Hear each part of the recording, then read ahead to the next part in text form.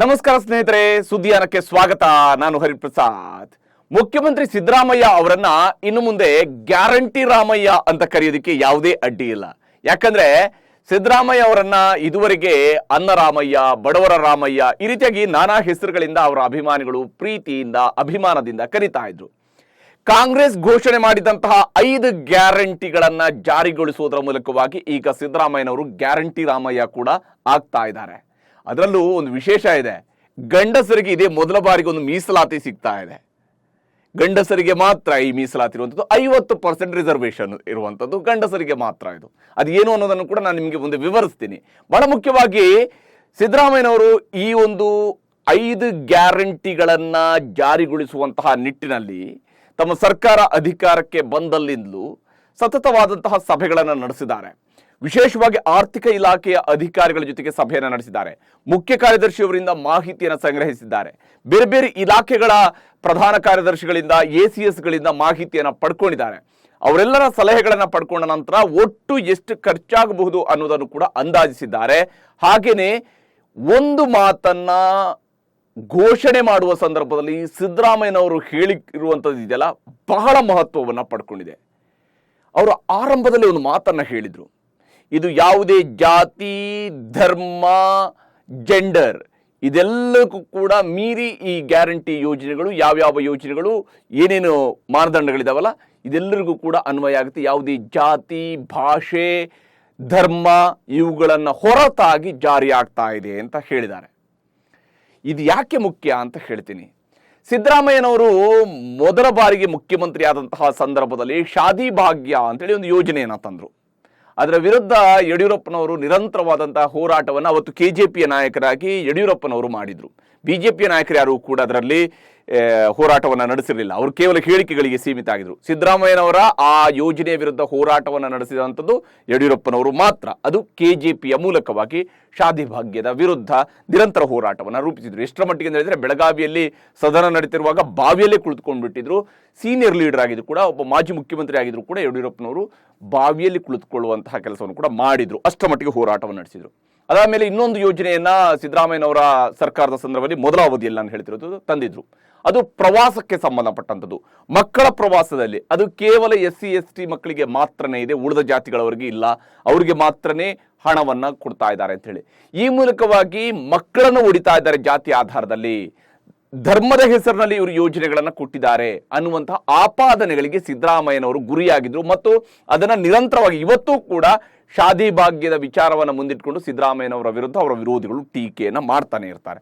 ಇದೇ ಕಾರಣಕ್ಕಾಗಿಯೂ ಏನೋ ಸಿದ್ದರಾಮಯ್ಯನವರು ಇವತ್ತು ಗ್ಯಾರಂಟಿ ಘೋಷಣೆ ಮಾಡುವ ಸಂದರ್ಭದಲ್ಲಿ ಜಾತಿ, ಧರ್ಮ, ಭಾಷೆ ಇವುಗಳನ್ನ ಹೊರತಾಗಿ, ಅಂದ್ರೆ ಎಲ್ಲ ಜಾತಿಯವರಿಗೆ, ಎಲ್ಲ ಧರ್ಮದವರಿಗೆ, ಎಲ್ಲ ಭಾಷಿಕರಿಗೂ ಕೂಡ ಕರ್ನಾಟಕದಲ್ಲಿರುವಂತಹ ಎಲ್ರಿಗೂ ಕೂಡ ಇದು ಅನ್ವಯ ಆಗತ್ತೆ, ಇವು ಯಾವುದೂ ಕೂಡ ನಾವು ನೋಡೋದಿಲ್ಲ ಅನ್ನುವಂಥದ್ದನ್ನ ಹೇಳೋದ್ರ ಮೂಲಕವಾಗಿ ತಮ್ಮ ವಿರುದ್ಧ ಈ ಹಿಂದಿನ ಸರ್ಕಾರದ ಅವಧಿಯಲ್ಲಿ ಎದುರಾಗಿದ್ದಂತಹ ಟೀಕೆ ಇದೆಯಲ್ಲ, ಅದರಿಂದ ಪಾಠ ಕಲಿತಿರುವಂಥದ್ದು ಕೂಡ ಸ್ಪಷ್ಟವಾಗಿತ್ತು. ಸಿದ್ದರಾಮಯ್ಯನವರ ಮಾತುಗಳಲ್ಲಿ ಅದು ಸ್ಪಷ್ಟವಾಗಿ ಗೋಚರಿಸ್ತಾ ಇತ್ತು.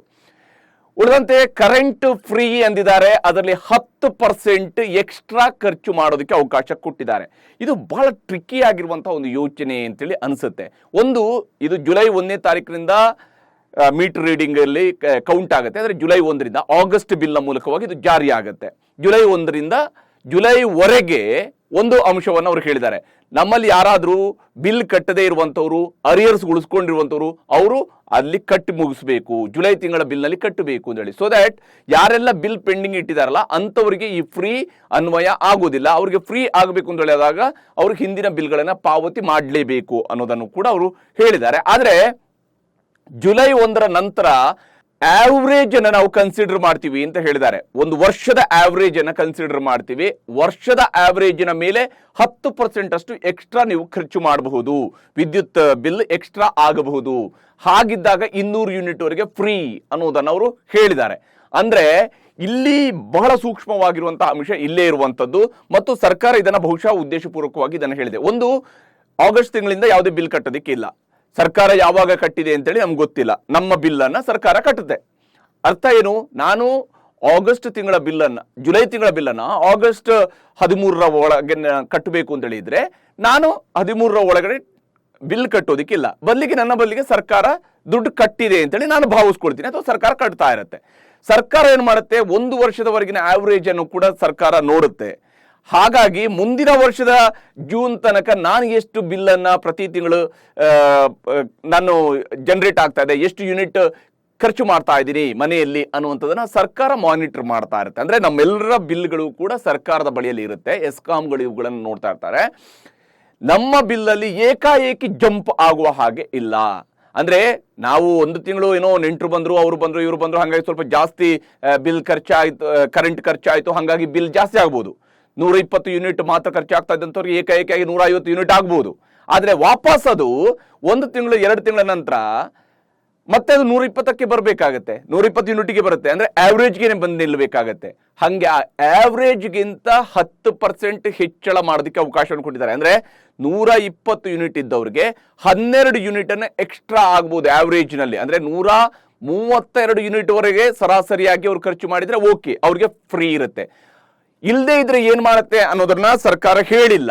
ಆದ್ರೆ ಇಲ್ಲಿ ಒಂದು ಅಂಶ ಅಂತೂ ಸ್ಪಷ್ಟ ಇದೆ, ನಾವು ನಮ್ಮ ಆವ್ರೇಜ್ಗಿಂತ ಹೆಚ್ಚು ಖರ್ಚು ಮಾಡಿದಾಗ ಸರ್ಕಾರದ ಉಚಿತ ನಮಗೆ ಸಿಗುತ್ತಾ ಇಲ್ವಾ ಅನ್ನೋದ್ರ ಬಗ್ಗೆ ಅನುಮಾನ ಇದೆ. ಆಗ ಸರ್ಕಾರ ಏನು ಮಾಡುತ್ತೆ, ನಮ್ಮ ಬಿಲ್ಗಳಿಗೆ ಸಂಬಂಧಪಟ್ಟಂತೆ 1 ವರ್ಷದ ನಂತರ ಸರ್ಕಾರ ಏನು ಮಾಡುತ್ತೆ ಅನ್ನೋದು ಸ್ಪಷ್ಟತೆ ಸಿಗಬೇಕಾಗಿರುವಂಥದ್ದು.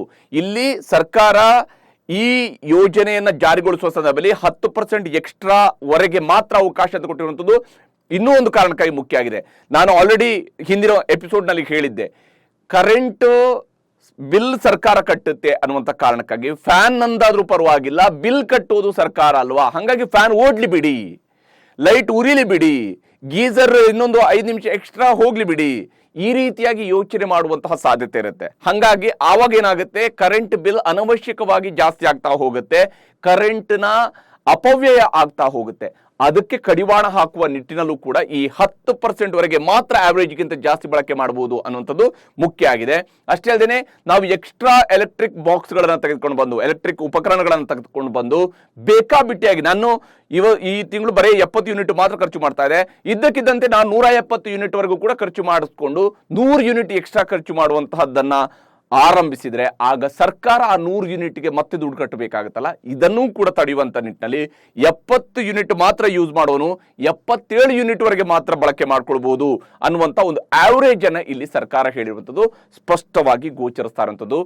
ಹಾಗಾಗಿ 1 ವರ್ಷದ ನಂತರ ಏನಾಗುತ್ತೆ ಅನ್ನೋದ್ರ ಬಗ್ಗೆ ಗೊತ್ತಿಲ್ಲ. ಆದ್ರೆ ಆಗಸ್ಟ್ ತಿಂಗಳಿಂದ ಬಿಲ್ ಕಟ್ಟೋದಕ್ಕಂತೂ ಇಲ್ಲ ಅನ್ನೋದನ್ನು ಹೇಳಿದರೆ, ಇದು ಎಲ್ರಿಗೂ ಕೂಡ ಅನ್ವಯ ಅನ್ನೋದನ್ನು ಕೂಡ ಹೇಳಿದ್ದಾರೆ.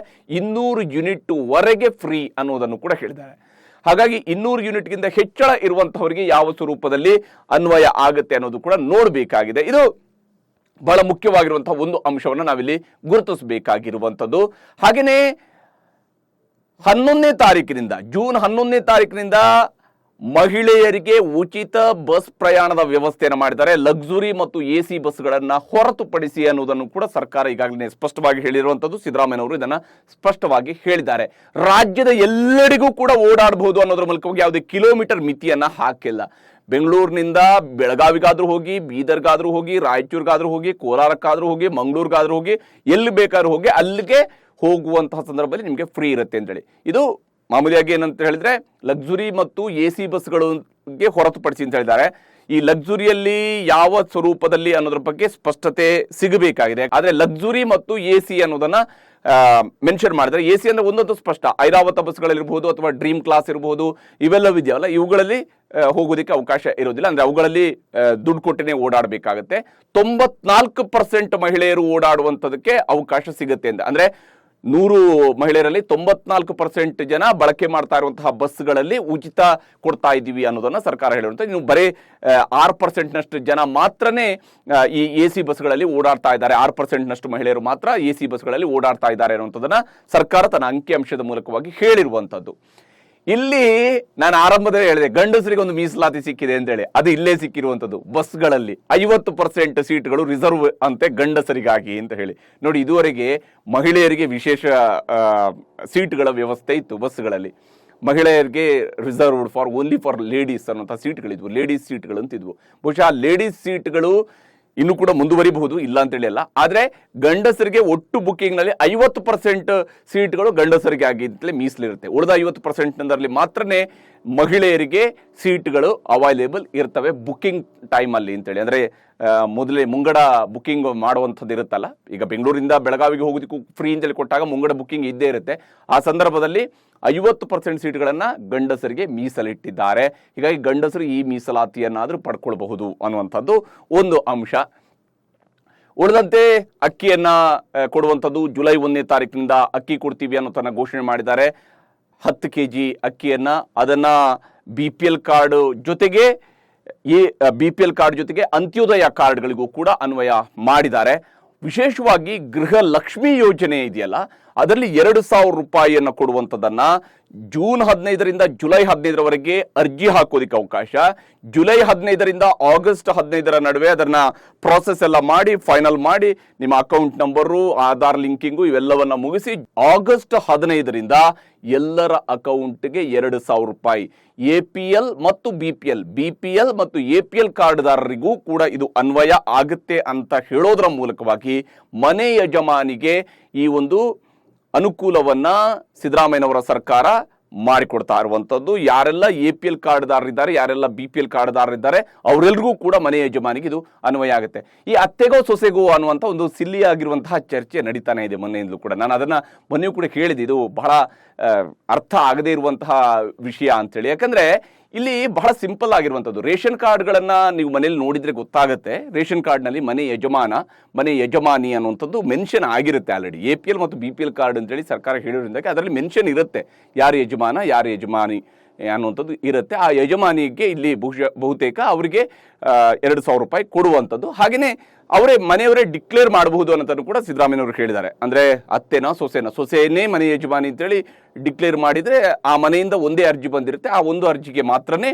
2,000 ರೂಪಾಯಿ ಹೋಗುತ್ತೆ, ಒಂದು ಮನೆಗೆ 2,000 ರೂಪಾಯಿ ಮಾತ್ರ ಹೋಗುತ್ತೆ ಅನ್ನೋಂಥದ್ದು ಸ್ಪಷ್ಟವಾಗಿರುತ್ತೆ. ಆದರೆ ಈ 2,000 ರೂಪಾಯಿ ಸಿಗುತ್ತೆ ಅಂತ ಹೇಳುವಂಥ ಕಾರಣಕ್ಕಾಗಿ ಇನ್ನೊಂದಷ್ಟು ಜನ ಎಕ್ಸ್ಟ್ರಾ BPL ಕಾರ್ಡ್ಗಳು, ಎಕ್ಸ್ಟ್ರಾ APL ಕಾರ್ಡ್ಗಳು ಆಗುವ ಸಾಧ್ಯತೆ ಇದ್ದೇ ಇದೆ. ಮನೆಯಲ್ಲಿ ಮತ್ತೆ ನಾವು ಕಾರ್ಡ್ ಮಾಡಿಸ್ಕೊಂಡಿಲ್ಲ, ಹಾಗಾಗಿ ಈಗ ಕಾರ್ಡ್ ಮಾಡಿಸ್ಕೊಳ್ಳೋಣ ಅನ್ನುವಂತಹ ತೀರ್ಮಾನಕ್ಕೆ ಬರುವಂಥವ್ರು ಇದ್ದೇ ಇರ್ತಾರೆ. ಹೀಗಾಗಿ ಸರ್ಕಾರದ ಮೇಲಿನ ಹೊರೆ ಮತ್ತಷ್ಟು ಜಾಸ್ತಿ ಆಗೋದು. ಇದು ಅತಿ ದೊಡ್ಡದಾದಂತಹ ಹೊರೆ ಸರ್ಕಾರದ ಮೇಲೆ ಬೀಳ್ತಾ ಇರುವಂಥದ್ದು ಇಲ್ಲಿ 2,000 ರೂಪಾಯಿಯನ್ನು ಕೊಡುವಂತಹ ನಿಟ್ಟಿನಲ್ಲಿ. ಅಂದಾಜು 1.27 ಕೋಟಿಯಷ್ಟು ಕುಟುಂಬಗಳು ಕರ್ನಾಟಕದಲ್ಲಿ ಇದ್ದಾವೆ. ಅಂದರೆ ಕಾರ್ಡ್ ಹೋಲ್ಡರ್ಸ್ನ ಆಧಾರದಲ್ಲಿ ಇರುವಂಥದ್ದು, ರೇಷನ್ ಕಾರ್ಡ್ಗಳ ಆಧಾರದಲ್ಲಿ 1.27 ಕೋಟಿಯಷ್ಟು ಕಾರ್ಡ್ಗಳು ವಿತರಣೆ ಆಗಿದ್ದಾವೆ ಅನ್ನುವಂಥದ್ದು ಕರ್ನಾಟಕದಲ್ಲಿ ಇರುವಂತಹ ಅಂಕಿಅಂಶ. 1.14 ಕೋಟಿಯಷ್ಟು BPL ಕಾರ್ಡ್ಗಳೇ ಇದ್ದಾವೆ ಅನ್ನುವಂಥದ್ದು ಕೂಡ ಮತ್ತೊಂದು ಅಂಶವನ್ನು ನಾವಿಲ್ಲಿ ನೋಡ್ತಾ ಇರುವಂಥದ್ದು. ಹೀಗಾಗಿ ಇವಿಷ್ಟು ಕಾರ್ಡ್ದಾರರಿಗೆ ಈಗ 2,000 ರೂಪಾಯಿಯನ್ನು ಪ್ರತಿ ತಿಂಗಳು ಸರ್ಕಾರ ಕೊಡೋದಕ್ಕೆ ಹೋಗುತ್ತೆ. ಬಹುತೇಕ ಇದು 32 ಸಾವಿರ ಕೋಟಿ ರೂಪಾಯಿಯಷ್ಟು ವಾರ್ಷಿಕವಾಗಿ ಸರ್ಕಾರದ ಮೇಲೆ ಹೊರೆ ಬೀಳುತ್ತೆ. ಈ ಹೊರೆಯೂ ಕೂಡ ಒಂದು ರೀತಿಯಾದಂಥ ಹೂಡಿಕೆ ಆಗಬಲ್ಲದು. ಅದನ್ನು ನಾನು ನಿಮಗೆ ಮುಂದೆ ಹೇಳ್ತೀನಿ ಹೇಗೆ ಅಂತೇಳಿ.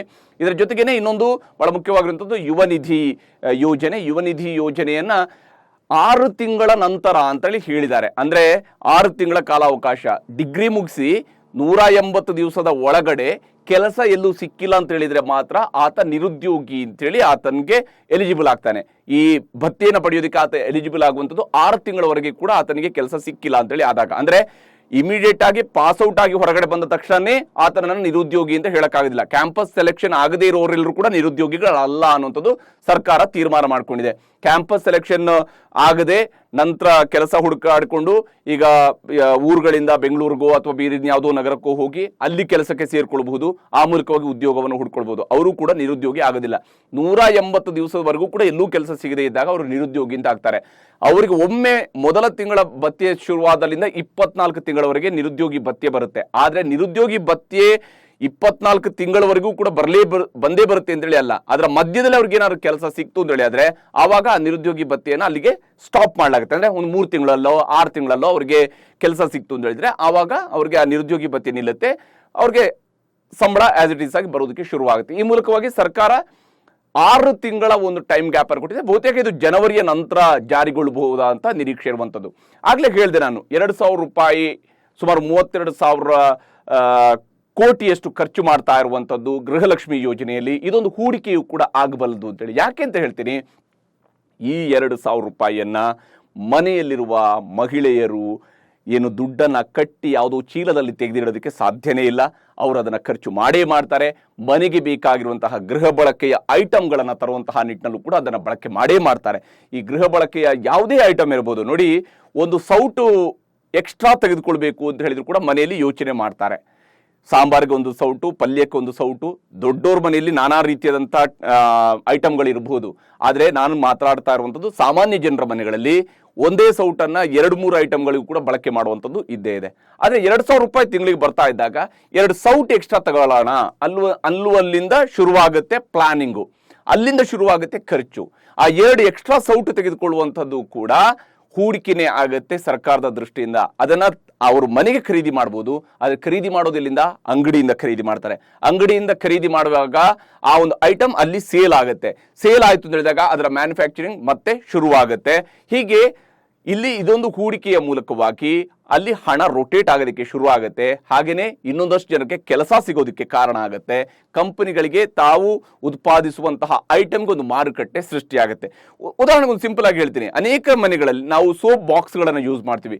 ಸೋಪ್ ಬಾಕ್ಸ್ ಅನ್ನ ಎಲ್ಲರೂ ಕೂಡ ಎಲ್ಲರ ಮನೆಯಲ್ಲಿ ಯೂಸ್ ಮಾಡ್ತಾರಾ ಅನ್ನುವ ಪ್ರಶ್ನೆ ಬಂದಾಗ ಹಳ್ಳಿಗಳಲ್ಲಿ ಅದು ಯಾವ ಲೆವೆಲ್ ವರೆಗೆ ಅದು ಒಡೆದು ಹೋಗುತ್ತೋ ಅಲ್ಲಿ ತನಕನೂ ಕೂಡ ಬಳಕೆ ಮಾಡಿಕೊಂಡು ಸೋಪ್ ಬಾಕ್ಸ್ ಅನ್ನ ಮೇಂಟೈನ್ ಮಾಡ್ಕೊಂಡಿರ್ತಾರೆ. ಅಟ್ಲೀಸ್ಟ್ ಇದು ಈ ರೀತಿಯ ಒಂದು 2,000 ರೂಪಾಯಿ ಬಂದಾಗ ಒಂದು ಎಕ್ಸ್ಟ್ರಾ ಖರ್ಚು ಮಾಡೋದಕ್ಕೆ ಒಂದು ಅವಕಾಶ ಸಿಗುತ್ತೆ. ಆ ಸೋಪ್ ಬಾಕ್ಸ್ ಅನ್ನ ಖರೀದಿ ಮಾಡ್ತಾರೆ. ಸೋಪ್ ಬಾಕ್ಸ್ ಅನ್ನ ಅವ್ರು ಖರೀದಿ ಮಾಡಿದ್ರು ಅಂತ ಹೇಳಿದ್ರೆ ಆ ಸೋಪ್ ಬಾಕ್ಸ್ ಅನ್ನು ಮ್ಯಾನುಫ್ಯಾಕ್ಚರ್ ಮಾಡುವಂತಹ ಕಂಪನಿ ಮುಂದಿನ ತಿಂಗಳು ಮತ್ತೆ ಇನ್ನೂ ಎಕ್ಸ್ಟ್ರಾ ಸೋಪ್ ಬಾಕ್ಸ್ಗಳನ್ನು ಮ್ಯಾನುಫ್ಯಾಕ್ಚರ್ ಮಾಡೋದಕ್ಕೆ ಅವ್ರಿಗೆ ಸಾಧ್ಯ ಆಗುತ್ತೆ. ಅವರಿಗೆ ಹೊಸ ಖರೀದಿದಾರರು ಸೃಷ್ಟಿ ಆಗ್ತಾ ಹೋಗ್ತಾರೆ ಅಂತ ಹೇಳಿ ಇದು ಈ ರೀತಿಯಾದಂತಹ ಸೈಕಲ್ ಅಲ್ಲಿ ಇವು ಕೆಲಸ ಆಗ್ತಾ ಇರುವಂಥದ್ದು. ಅವಾಗ ಇನ್ನೊಬ್ಬರಿಗೆ ಉದ್ಯೋಗ ಸಿಗ್ತಾ ಇರುತ್ತೆ, ಆ ಕಂಪನಿಗಳಲ್ಲಿ ಉದ್ಯೋಗ ಸೃಷ್ಟಿ ಆಗ್ತಾ ಇರುತ್ತೆ. ಈ ರೀತಿಯಾಗಿ ಇದು ಹೂಡಿಕೆಯ ರೂಪವನ್ನ ತಾಳುತ್ತೆ ಮತ್ತು ಸರ್ಕಾರಕ್ಕೆ ತೆರಿಗೆ ರೂಪದ ಸಂಗ್ರಹವೂ ಕೂಡ ಜಾಸ್ತಿ ಆಗ್ತಾ ಹೋಗುತ್ತೆ. ಹಣ ವಾಪಸ್ ಸರ್ಕಾರಕ್ಕೆ ಬಂದೇ ಬರುತ್ತೆ. ಇದೊಂದು ಇನ್ವೆಸ್ಟ್ಮೆಂಟ್ನ ರೀತಿಯಲ್ಲಿ ಇರುತ್ತೆ, ಲಾಂಗ್ ಟರ್ಮ್ ಇನ್ವೆಸ್ಟ್ಮೆಂಟ್ ರೀತಿಯಲ್ಲಿ ಇರುತ್ತೆ. ಖಂಡಿತವಾಗ್ಲೂ ಕೂಡ ಈ ಲಾಂಗ್ ಟರ್ಮ್ ಇನ್ವೆಸ್ಟ್ಮೆಂಟು ರಿಟರ್ನ್ಸ್ ಅನ್ನ ಸರ್ಕಾರಕ್ಕೆ ಕೊಟ್ಟೇ ಕೊಡುವ ಎಲ್ಲ ಸಾಧ್ಯತೆ ಇರುತ್ತೆ. ಯಾಕಂದ್ರೆ ಇದು ಈ 2,000 ರೂಪಾಯಿ ಅದು ಬ್ಲಾಕ್ ಮನಿಯ ರೀತಿಯಲ್ಲಿ ಎಲ್ಲೋ ಹೋಗ್ಬಿಡುತ್ತೆ, ಅದಿನ್ನೇನೋ ಆಗೋಗ್ಬಿಡುತ್ತೆ, ಅವರು ವಾಪಸ್ ಮಾರ್ಕೆಟ್ಗೆ ಬರೋದೇ ಇಲ್ಲ ಅಂತ ಹೇಳುವಂಥದ್ದು ಇಲ್ಲವೇ ಇಲ್ಲ. ಯಾವ ಹಣವನ್ನ ಜನರ ಕೈಗೆ ಕೊಟ್ಟಿದ್ದಾರೋ ಆ ಹಣ ಮತ್ತೊಂದು ರೂಪದಲ್ಲಿ ಸರ್ಕಾರದ ಕಡೆಗೆ ಬಂದೇ ಬರುತ್ತೆ ಅನ್ನೋಂಥ ವಿಶ್ವಾಸ ಸರ್ಕಾರದಲ್ಲಿದೆ. ಈ ಕಾರಣಕ್ಕಾಗಿಯೇ ಇಷ್ಟು ದೊಡ್ಡದಾದಂತಹ ಹೂಡಿಕೆಯನ್ನು ಮಾಡೋದಕ್ಕೆ, ಜನರ ಮೇಲೆ ಹೂಡಿಕೆಯನ್ನು ಮಾಡೋದಕ್ಕೆ ಸರ್ಕಾರ ಹೊರಟಿದೆ. ಜನರ ಜೀವನದ ಮಟ್ಟ ಸುಧಾರಿಸಿದಾಗ, ಜೀವನದ ಶೈಲಿ ಸುಧಾರಿಸಿದಾಗ ಸಹಜವಾಗಿಯೇ ಅದು ಓವರಾಲ್ ಆಗಿ ಇಡೀ ಸಮಾಜದಲ್ಲಿ ಒಂದು ಬೆಳವಣಿಗೆ ಆಗಿರುವ ಸ್ವರೂಪವನ್ನು ಕೂಡ ತಾಳುತ್ತೆ. ಮತ್ತು ಈ 2,000 ರೂಪಾಯಲ್ಲಿ ಇನ್ನೊಂದು ವಿಚಾರವನ್ನು ನಾನು ಮೆನ್ಷನ್ ಮಾಡಲೇಬೇಕು ಕಡೆಯದಾಗಿ. ಏನಂತ ಹೇಳಿದ್ರೆ, ಚುನಾವಣೆ ಸಂದರ್ಭದಲ್ಲಿ ನಾವೆಲ್ಲ ನೋಡಿದ್ವಿ 500 ರೂಪಾಯಿ, 1,000 ರೂಪಾಯಿ, 2,000 ರೂಪಾಯಿ ಪರ್ ವೋಟು ಅನ್ನುವಂತಹ ರೀತಿಯಲ್ಲಿ ನಡೀತಾ ಇರುತ್ತೆ. ಈಗ ಸಿದ್ದರಾಮಯ್ಯನವರ ಸರ್ಕಾರದ ಮೂಲಕವಾಗಿ ಈ 2,000 ರೂಪಾಯಿನ ಮನೆಯ ಯಜಮಾನಿಗೆ ಕೊಡೋದ್ರ ಮೂಲಕವಾಗಿ ಮುಂದಿನ ಚುನಾವಣೆಯ ಸಂದರ್ಭದಲ್ಲಿ ಮನೆ ಯಜಮಾನಿ, ಮನೆ ಮಂದಿಗೆ ನೋಡ್ರಪ್ಪ ನಮಗೆ 2,000 ರೂಪಾಯಿ ಕೊಟ್ಟಿದ್ದಾರೆ ಇವರು, ಹೀಗಾಗಿ ಇವ್ರಿಗೆ ವೋಟ್ ಹಾಕಿ ಅಂತ ಅವ್ರನ್ನ ಅಡ್ವಾನ್ಸ್ ಬುಕ್ಕಿಂಗ್ ರೀತಿಯಲ್ಲೂ ಕೂಡ ಅವರು ಇನ್ಫ್ಲೂಯೆನ್ಸ್ ಮಾಡುವಂತಹ ರೀತಿಯಲ್ಲೂ ಕೂಡ ಈ 2,000 ರೂಪಾಯಿ ಮುಂದಿನ ಚುನಾವಣೆಗಳಲ್ಲಿ ಕಾಂಗ್ರೆಸ್ಗೆ ಒಂದು ಬಳಕೆಗೆ ಬರಬಹುದು. ಅದು ಎಷ್ಟರ ಮಟ್ಟಿಗೆ ದುಡ್ಡು ತಗೊಂಡವರೆಲ್ಲರೂ ಕೂಡ ಹೆಂಗೆ ವೋಟ್ ಹಾಕೋದಿಲ್ವೋ ಹಾಗೇನೆ ಫಲಾನುಭವಿಗಳೆಲ್ಲರೂ ಕೂಡ ಅವ್ರಿಗೆ ವೋಟ್ ಹಾಕ್ತಾರೆ ಅಂತ ಹೇಳುವಂಥದ್ದು ಅಲ್ಲ. ಆದರೆ ಇದು ಒಂದು ಉದ್ದೇಶ ಆಗಿರುತ್ತೆ ಅಂತ ಹೇಳಿ ಸರ್ಕಾರ ಇಂತಹ ಸ್ಕೀಮ್ಗಳನ್ನು ಮಾಡಿದಾಗ ಇದು ಒಂದು ಉದ್ದೇಶ ಆಗುತ್ತೆ. ತಮ್ಮ ಪರವಾಗಿ ಒಂದು ಒಳ್ಳೆಯ ಅಭಿಪ್ರಾಯ ಜನರಲ್ಲಿ ಮೂಡ್ತಾ ಇರಲಿ ಅಂತ ಹೇಳಿ. ವರ್ಷಕ್ಕೆ 24,000 ರೂಪಾಯಿ ಅಂತ ಹೇಳಿದ್ರೆ ಏನು ಕಡಿಮೆ ಅನ್ನೋದು?